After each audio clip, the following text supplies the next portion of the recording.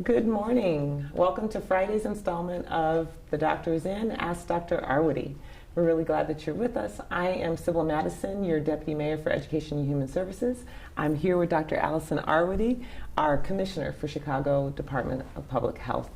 We love to get your questions and comments, so please put them in the comment box below. You can also use the hashtag AskDrArwady to give us questions through Facebook or Twitter. And as usual, we're going to start off with just an update from Dr. Arwady. All right, thanks, Sybil. So thanks everybody for tuning in. As always, we'll just start off with our numbers. I'll remind everyone, chicago.gov/coronavirus. If you remember one thing out of these, that website answers so many of the questions that folks are putting in. So please continue to explore it. We use the questions you put in to add information to the website every day, so keep doing that. First, our numbers. We are at 1,149 lab-confirmed cases of COVID-19, as well as 9 deaths among Chicago residents. That was an increase of 200 cases since the day before. And if you go ahead and pull up the graphs, we'll just take a look. First, this is our bar graph. I'll remind you that this graph is by the date that the specimen was collected. So we've been getting a question sometimes, why does it look like it drops down on that last day? That's because sometimes it can take a day or two for the lab results to come back in. And so the second graph, which is the line, you'll see really continues to go up, is the better one to look at. We've been talking a lot about that this is going to continue to go up, and unfortunately it is. Number one, we are seeing more testing coming on every day.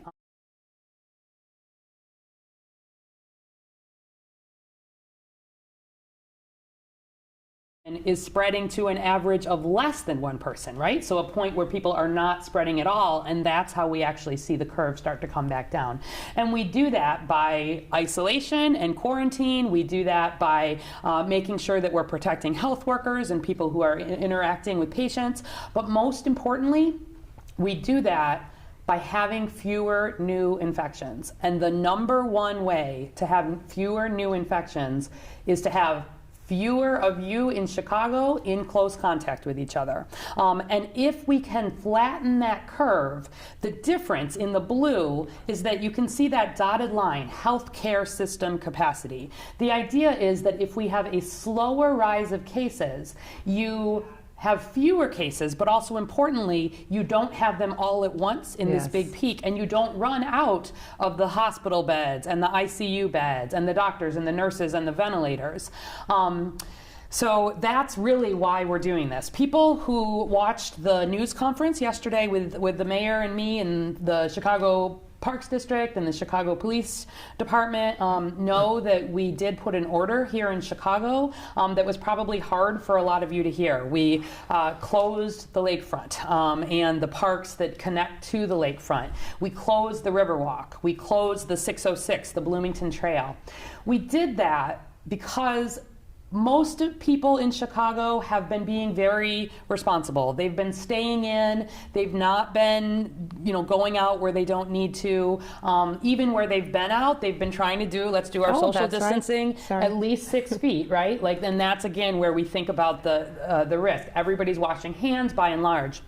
But the problem is that everybody loves our lakefront and our 606 and our riverfront. During normal times, I lead Chicago Architecture Center boat tours on the river. I love this part of Chicago. These are places that we cherish, and they're our go-tos. Right, and we've been encouraging people to go outside, to take your walk, and I want you to continue to get some exercise, but we were just seeing so many people in these spaces, and we were seeing people picnicking and playing football and soccer, and we can't have that. And even the people who were trying to do the social distancing, that 606 trail's not very wide, and there were a lot of people who were just in close proximity, and it was a step we really had to take.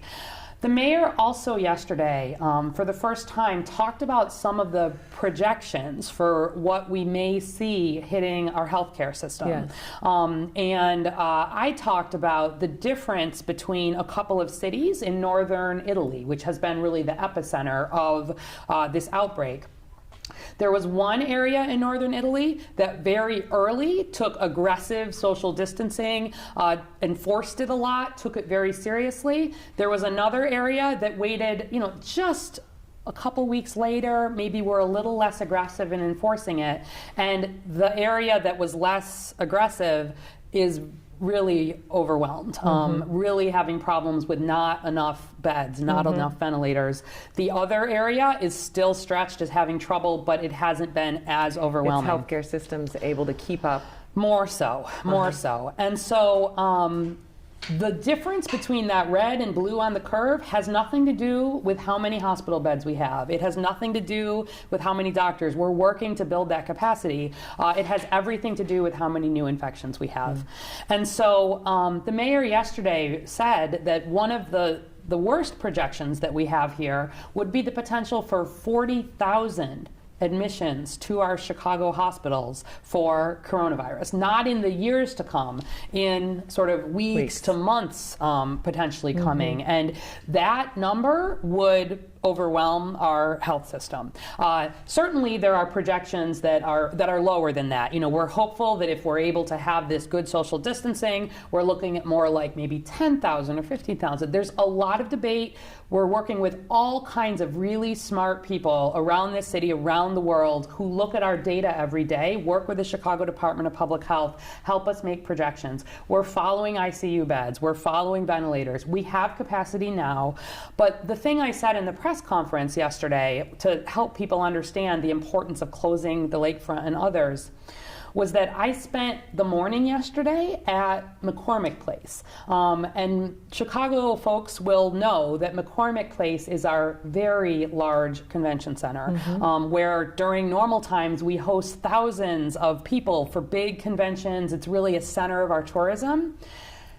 And we were at McCormick Place planning out where to put hundreds, thousands of beds if we needed it. We have to be doing some of that now. I've talked a lot about our emergency preparedness.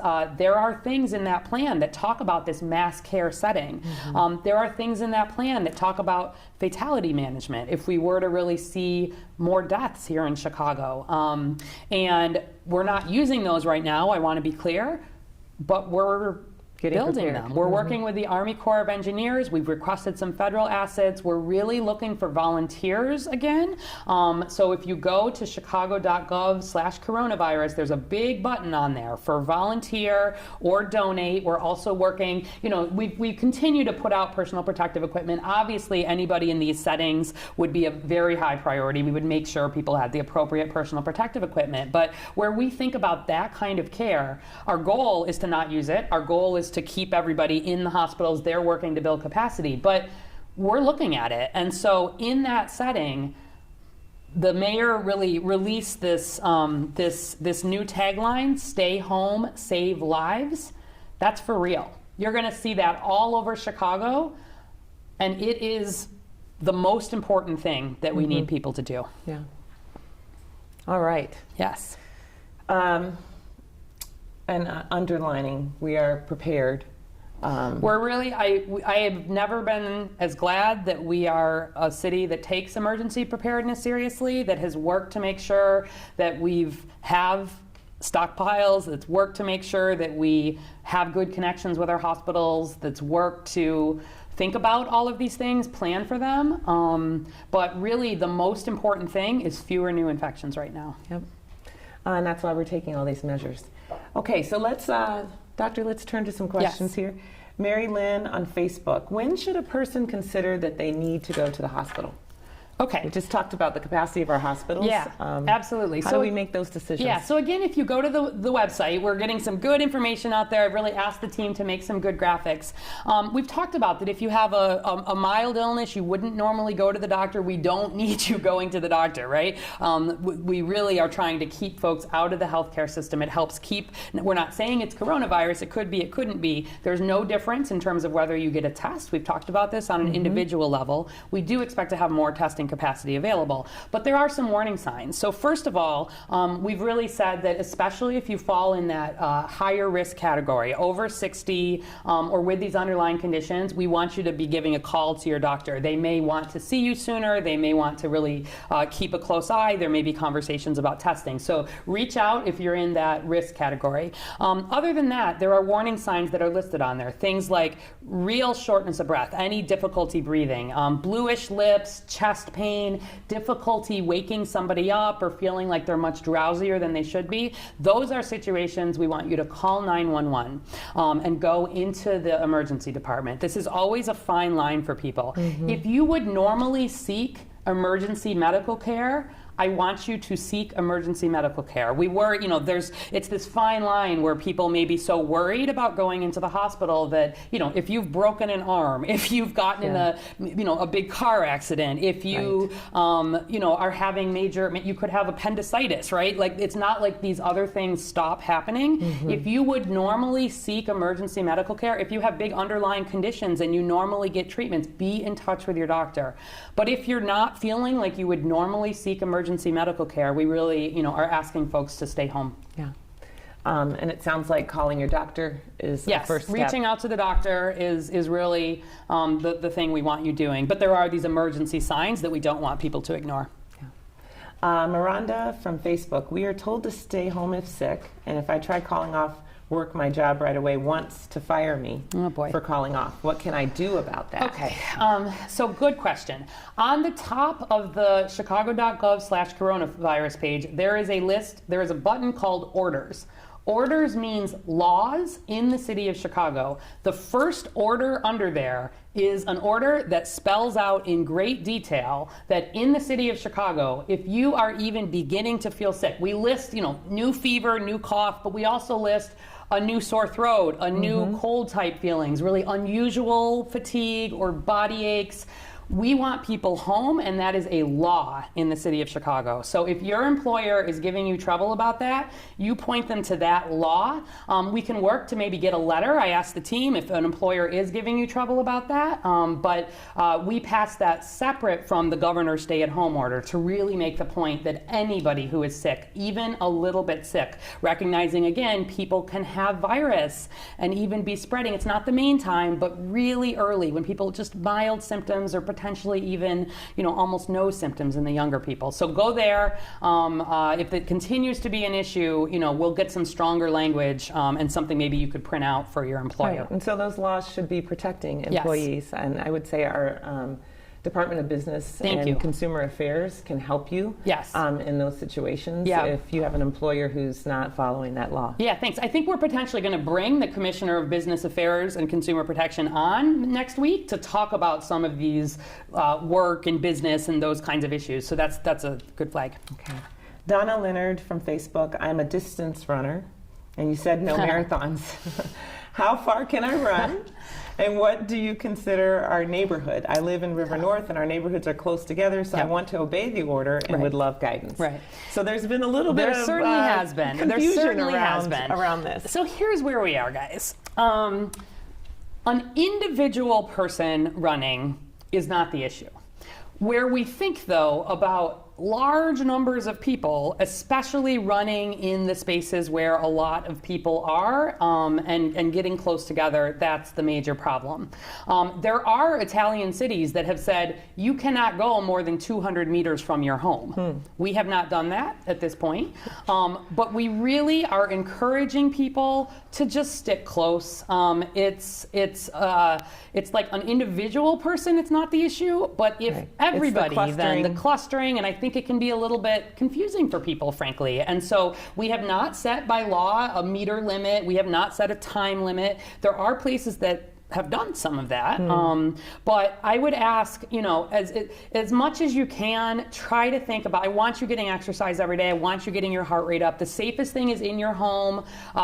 Shorter things kind of around the neighborhood. Think about places where not everybody would go too, right? I have an 8-year-old nephew, and my brother sent me the nephew's exercise schedule for yesterday, and it said run 10 times to and from the stop sign, and then make a certain number of of basketball baskets, by himself. And thinking about these sort of creative ways to make sure people are moving. I think it may be a while before we're running a lot of big marathons in this country anyway, to be perfectly frank. The U.S. passed China and Italy overnight in terms of having the most cases of coronavirus now in the world. Yes.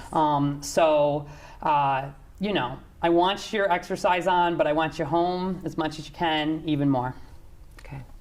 At Jim Raff Jim on Twitter, what is the recovery rate in Illinois? How do you know when you are 100% recovered? Okay, very good questions. So first of all, luckily there's been good research into this, really looking to see, because it's such an important question, how long does virus keep shedding, meaning coming out of the nose and mouth after someone has been infected? How long can that potentially spread to others? So really, it's not as long as some people might think. That's a relatively good piece of news. And this is a universal used around the world. From the beginning of symptom onset, we talk about needing a minimum of 7 days, at least 7 days, and that the last 3 days of that time, you need to be feeling better. So let's take an example. If we have a child, for example, or a young person, maybe they might only feel bad for 2 or 3 days. If they have a really mild case, they need to stay home, not be out for at least 7 days. Say we have someone with more of a moderate case, they start feeling unwell, they get a fever, they're still kind of having a fever, and it's been about 7 days. They need to stay in until it's at least 3 days that they're not having fever, their cough is getting better, that they're feeling good, symptoms are resolved. So it's those two things. At least 7 days, and then the last 3 days of those things, of that time, the symptoms need to be resolved. And do you need to be tested to be, decided that you're recovered? You don't. There may be settings, for example, healthcare workers, where we may do some of that. But honestly, there's different things that different places have been doing around that. Really, the evidence is quite good that the timing is good there. So there have been settings, for example, where they may have a returning healthcare worker wear a mask for some time after that, things like that. But right now, we're not necessarily requiring testing. Where there are cases in healthcare settings, that's kind of a separate conversation, and we do work. The Chicago Department of Public Health is working with hospitals and others to make sure your infection control programs and are having good understanding about what to do. But by and large, for people not in the healthcare setting, 7 days, and the last 3 without symptoms, and then you can return to your activities. And you would be considered, based on everything we know at this point, immune to getting it again. Wow. Okay. And it might be important to say the first 2 people who had coronavirus here in Chicago are recovered. Oh yeah, right? The first part was how much are folks recovered. So the reason why we've been reporting out more the hospitalization rate versus not hospitalized is because when we're not necessarily following every single case, right? We know, again, that we don't have as much of the widespread testing yet as we'd like to, although we're having good conversations. I was on a phone call just this morning about some more rapid testing and when can this be there. We would use sort of an average of 14 days to kind of assume that if somebody is not hospitalized, kind of in an average kind of way. And honestly, if you look back at our graph, 14 days ago, this is crazy. We were still down in sort of single digit, just into the beginning of double-digit numbers. So people who have not been hospitalized, that again has been, where we look here, it's been in the 70%-ish range. We expect that to be in the 80% range when there's a little more testing, similar to what we've seen around the world. Those 80% would be expected to fully recover, but we can't report the number just yet because it's been such a short amount of time that we've seen that increase. But those early folks, the ones who have not been hospitalized, have recovered. So we do have plenty of people, hundreds of people who have recovered, but the timing is such that we can't sort of give that number yet. So in a few weeks, we'll be able to report on that more. Yeah, but good for us to remember that there are people who... Most people with coronavirus recover. Like 90, way over 90% where we look around the world do recover, really 95% or more. But some of them get very sick along the way. Yeah. Okay, Alfonso Gian Francisco from Facebook. Will this end up like the seasonal flu where we're going to need to get a vaccine every year? Oh, good question. So To be honest, we don't know yet. The top priority is, of course, getting the vaccine. The reason why you need a new seasonal flu vaccine every year is that there are different strains of influenza. And every year, if you go to the doctor and you just get a regular, nose flu test, it'll come back and it'll say it's flu A or it's flu B. Your doctor might give you Tamiflu. You stay home. You don't need to know, your doctor doesn't need to know anything different about that. But what actually happens is that in a subset of the people who test just positive for flu A or flu B, what you need to treat people clinically, we send samples of those from around the whole country to public health, and we do a lot more testing to understand the strains and any mutations. Who knew? Yeah, and this is a big worldwide effort. And so what happens is that every year we actually look at what's circulating in the southern hemisphere, which has the opposite seasons from us, and the US and the northern hemisphere uses what's circulating the other 6 months to make that year's flu vaccine. And so for coronavirus, we're still working on the first one, but the question will be, are there additional strains? Are there additional mutations? Mutations is a word that scares people, but viruses have the potential to mutate to be worse or actually to be better, to become less likely to infect. So at this point, there's not been a lot looking like mutation, right? The whole world is not immune, and so there's not been a whole lot of need, if you think sort of from the point of the virus, to have a lot of mutation to unfortunately be able to infect a lot of people. So top priority is obviously getting that first vaccine. The hope would be that it's more like a measles, that you just, you get your measles vaccine as a child, you get full 2 doses of it, you are done.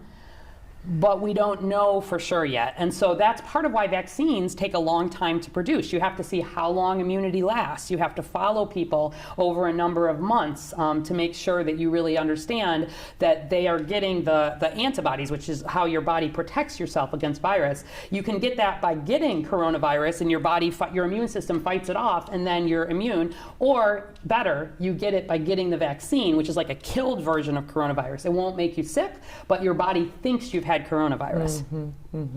So, I mean, we're going to be learning so much more about this virus as we move on. Jenny Childs from Facebook, this is a question that we've talked about before, but I think it's worth repeating. Is regular hand soap good to use, or should it be antibacterial? All right, regular hand soap, good to use. Washing your hands with soap and water, we've been talking at least that 20 seconds, that's singing happy birthday twice or whatever song you've chosen. I know there have been a lot of different songs around the internet. Regular soap and water works great. Regular cleaning in your household works great. This is not Ebola, which is fantastic. The regular products are very effective against it. The most important thing is that you're actually washing your hands. On the hand sanitizer front, we do talk about wanting to make sure your hand sanitizer has at least 60% alcohol in it, which most of them do, but you can just take a look if you're questioning. But good old soap and water, very effective. Yeah, I will never wash my hands the same way again. I was always a hand washer, but now I'm just like And that is the most important thing, right? We talk about if your hands are clean, the whole goal is you don't have dirty hands that then you touch your eyes, your nose, your mouth, because that's actually how virus can get in. So if you're washing your hands a lot, you're not touching your eyes, your nose, your mouth, you're not going to bring coronavirus in. But people touch their faces a lot. Like there's some research about this online. 1,000 times or something? Yeah, there have been studies where they watch like students sitting in class who don't know they're being watched, who touch their face like, even 20 times an hour. Out in public, it's more like a few times an hour. But regardless, a lot of people do touch their face without realizing without thinking about it. Yeah, and so it's another good thing, like, even with your family, trying to get out of the habit of just collectively touching your face is another thing that you can do. Yeah. Okay. I think it's Annie or Amy Henry McLeader from Facebook. When will we know if the curve is being flattened? You talked about how the impact of what we're doing in terms of staying home is going to be seen a little ways out. Yeah, so this is the question. Certainly, again, we're working with different modelers, very smart people who think about how when you change movements in cities, things change out. We expect that it will be, again, the things that we put in yesterday we don't see for a week or two. Seattle is starting to show some flattening there. It's sort of too early to know that that is real, but it is encouraging, certainly, where you think about an early outbreak and starting to see some progress. So the reason I've been pushing so much for the next, really these next couple weeks especially, is where I want people just staying in. It's raining out. That makes me happy right now. I want folks in. This is the time. It takes a while, right? Like if you've been exposed to coronavirus, on average, it takes about 5 days to start to have symptoms. It can take a little longer after that before people, even 10 days are sort of sick enough to maybe be in a hospital. And so we're going to still see that going up. But I don't want people to think that that's any reason to stop being serious about this. Now is the time. If you do not need to be out, stay home, save lives. Yep. Okay, at Crystal Lodash from Twitter. I think this is one that we've heard before too, but worth repeating. If you recover, how long before you're not contagious can you get it again? Yeah, so that's that 7 days plus, at least 7 days, the last 3 of which need to be without symptoms. And from what we know now, we don't think you can get it again. Couple of little case studies in Japan, I'm aware, but broadly speaking, we don't think so. Antibody testing is going on right now to make sure that that is true. Hope Bertram from Facebook. Can someone have COVID-19 and not have a temperature? Oh, good question. So fever is the #1 symptom that people get with coronavirus, where we've looked at some of these big studies of thousands of people, right, in China, potentially in Italy.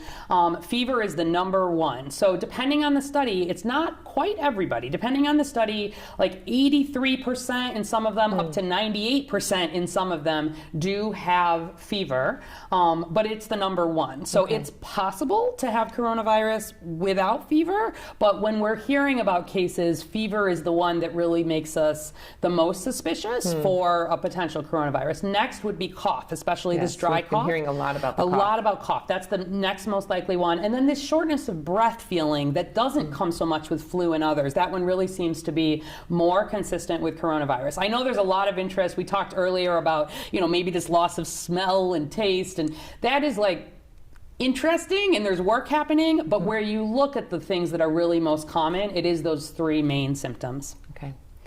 Donna Rucker from Facebook. Boiling water with lemon or oranges to steam your face. Will that help? No. So we've talked a little bit about this. If the virus is in your body, there's nothing that you can put on your body or in your body to stop it. Your immune system will fight it off. And when you're trying to use steam and other things, you do run the risk of potentially, if your things are too hot, damaging the mucosa, damaging the little insides of your nose and your lungs.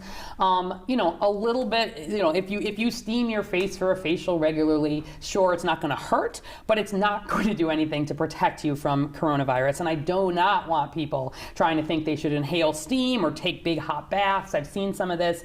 Your body is really good at maintaining a 98.6 approximately temperature. If you think about it, you're a mammal. When you go into the cold, your body temperature does not change. When you go into the heat, your body temperature does not change. The fever that you get is actually your immune system. Your immune system works, it kicks in, it brings up the temperature because the virus likes to live at 98.6. But you can't do anything to change your own body temperature because we are mammals. So please don't try, it's not safe. Wash your hands instead, keep things clean, try to stay home. We've talked about cleaning the frequently touched surfaces. That's the safe thing to do. Yeah, okay. People are looking for home remedies. Right. They're searching for things, but back to the basics. Back to the basics. Okay, Elizabeth Peterson from Facebook. Is it safe for kids to play with their friends outside? Okay. And another variant of this question came in a couple of days ago, which is, what if I choose one playmate to be with? I know. So the safest thing is for you and your kids to only be in touch with people in your household. I know that is hard. I know people, kids like to have play dates. And they're all at home right now. And they're all at home. The reason why we closed the playgrounds, the reason why we've done some of this is that, it is totally against the nature of kids, especially, to not want to be together. But it's not the time for play dates. I recognize there are different situations that people may have.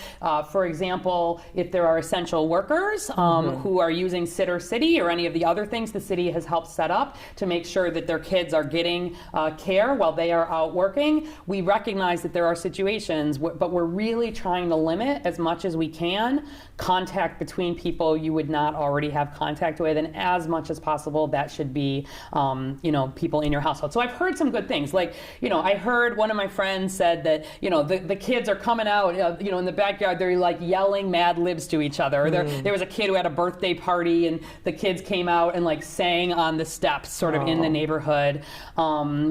We talked about this thing of sort of setting up the kids' art for people to look at. It's really hard, I know, but it's for especially these next couple of weeks where we're really worried about the increase. If you can try to just keep your contacts to your household, it's the same thing, not meeting up with your jogging buddy, right? If you were training for a marathon with somebody, just don't do it now. Yeah. My daughter's been FaceTiming quite a bit. Yes. With her bestie. Absolutely. Gina Noel from Facebook, what are you doing to ensure the safety of our medical professionals? All right. So top priority for Chicago Department of Public Health. We're doing all of this public education because the most important thing Chicago can do, honestly, is stay home and not spread the virus. But behind the scenes, working with our healthcare system is the number one thing that we are doing. So every day we're pulling together, all of our hospital partners, et cetera, really working with them to make sure that they are right now, how do we train more people to do intensive care if we need to? That's a daily meeting. It's a daily meeting. And we've asked hospitals right now to be thinking about how do I get many more beds into hospitals. I was talking a couple of nights ago to one of my good friends who's a doctor in New York. He's already taking care of patients on ventilators in the hallway of his hospital. And I am, the hope is we don't get there, but the preparation for thinking about what that looks like in the hospital, how does the hospital pull in additional staff and training and supplies is a big part of this. You've heard me talk a lot about making sure that our hospitals and our first responders have the personal protective equipment. We have supplies of this here in Chicago. As you've heard me say, I've never been so glad that we have taken our stockpiling and our work seriously, but the demand has never been greater.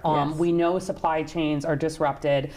We have, again, there are donate buttons. We're working on buying more, procuring. The hospitals are a ton of work happening to make sure that we are protecting our healthcare workers. But it's also really important that even in the hospital settings and with our first responders, they are also using personal protective equipment in appropriate ways. There's a whole separate supply chain that's happening for others, who may need personal protective. So it's a big piece. But there's also, frankly, we've done a lot of thinking about how do we support healthcare workers. So certainly there's the child care, there's the mental health piece. I saw there was one of the hotels, the Sophie Hyde Park Hotel actually opened up free for healthcare workers at the University of Chicago. So that if they're working long hours, perhaps they're worried about going home to family, they're making it available free of charge. I really want to thank them for that. We've thought a little bit about what that could look like, but the Chicago Department of Public Health, has acquired a couple thousand hotel beds that we're more thinking about for isolation and quarantine. But if there are other other hotel or living type situations who want to think about helping out first responders or healthcare workers, particularly if you're near a hospital, that was a really nice example of a local business stepping up in big ways. Yeah. And then we each do our part by staying home. Absolutely. That is actually, thank you. That is the most, protecting the healthcare worker, the way you do that is having as little contact as possible with people outside your household. Yeah. Okay. Jackie Folkers from Facebook, should I be wiping down my groceries?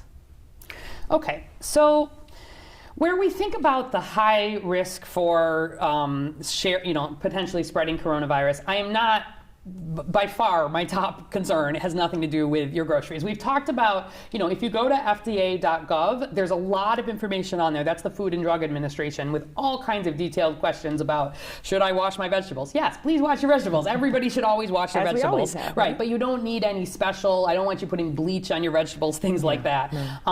So yeah, wash your food like you would, but you don't need to be like hyper worried about wiping down every little thing. The virus does have to get into, again, your eyes, your nose, your mouth. So if you are making dinner, right, before you eat your dinner, many times while you're making dinner, wash your hands, have people wash their hands before they're eating.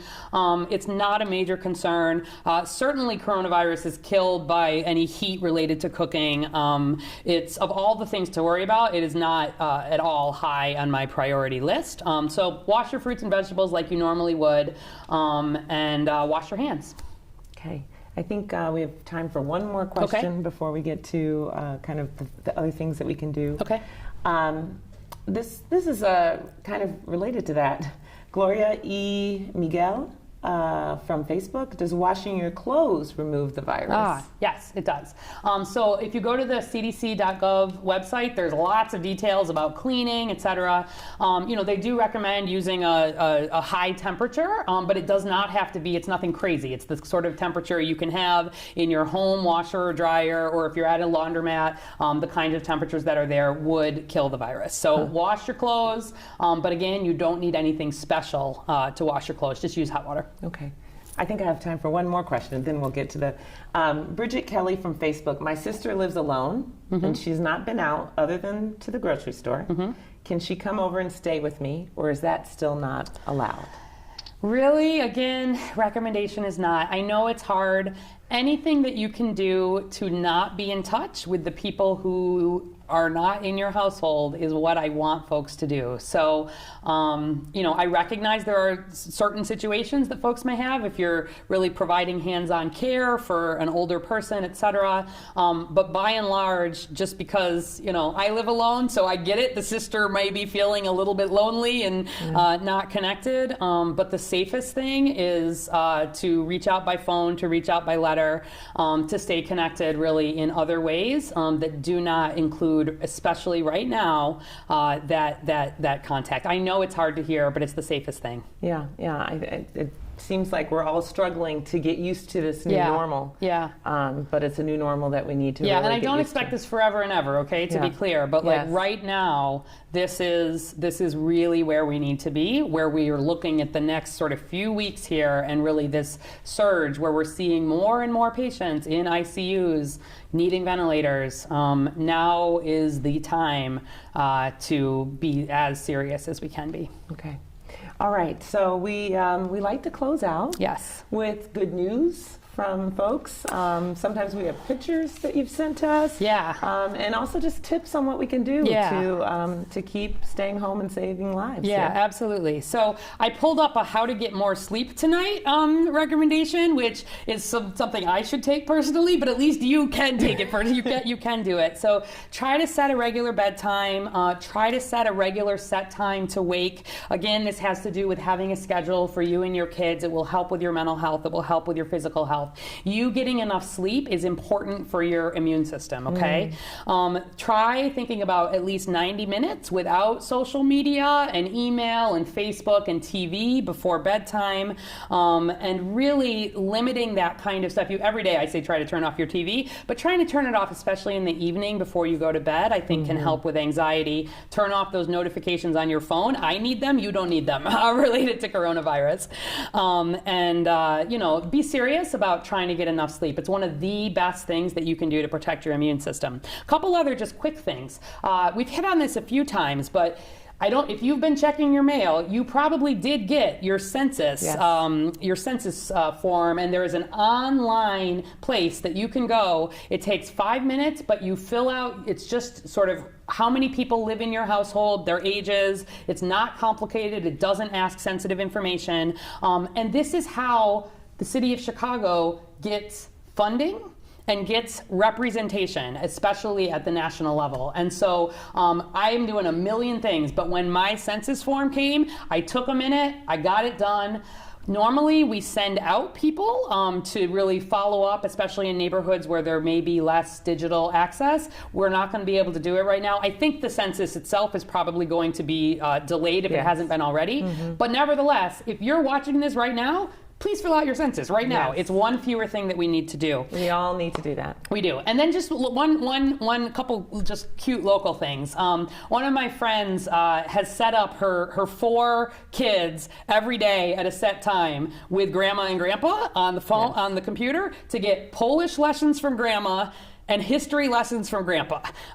Easy thing, way to stay connected, things people can prepare for, good for the kids, good for the older people. I think it's a nice idea to think about, are there things that your own family can teach the kids, whatever it might be. I think that's lovely. Yeah, and we do want more pictures. I don't think we have it today up, but I saw one, for example, of people who were in a couple of the big high-rises who were playing tic-tac-toe on the windows with the high-rise across and filling it in. And, you know, just seeing people being creative about trying to stay connected at a time where we're really trying to stay home and save lives. So do send us pictures, send us ideas. People have continued to step up in major ways. Volunteer if you're young and healthy and interested in helping out. We're going to use you. We'll keep you protected. We'll make sure that you're getting appropriate training, but there really may be an opportunity, whether you're helping with food delivery, whether you're potentially helping in some of these care settings. We want you signing up now and getting background checks and things. So if we are looking for volunteers, we're able to pull you in. Yeah, that's chicago.gov/coronavirus. So we'll be back tomorrow. We will. Same time. Please keep the questions and comments coming. And as Dr. Arwady said, if you have tips that you want us to share about how you're staying in and saving lives, please send those our way. #Ask Dr. Arwady. Yep. Thanks, everybody. We'll see you tomorrow.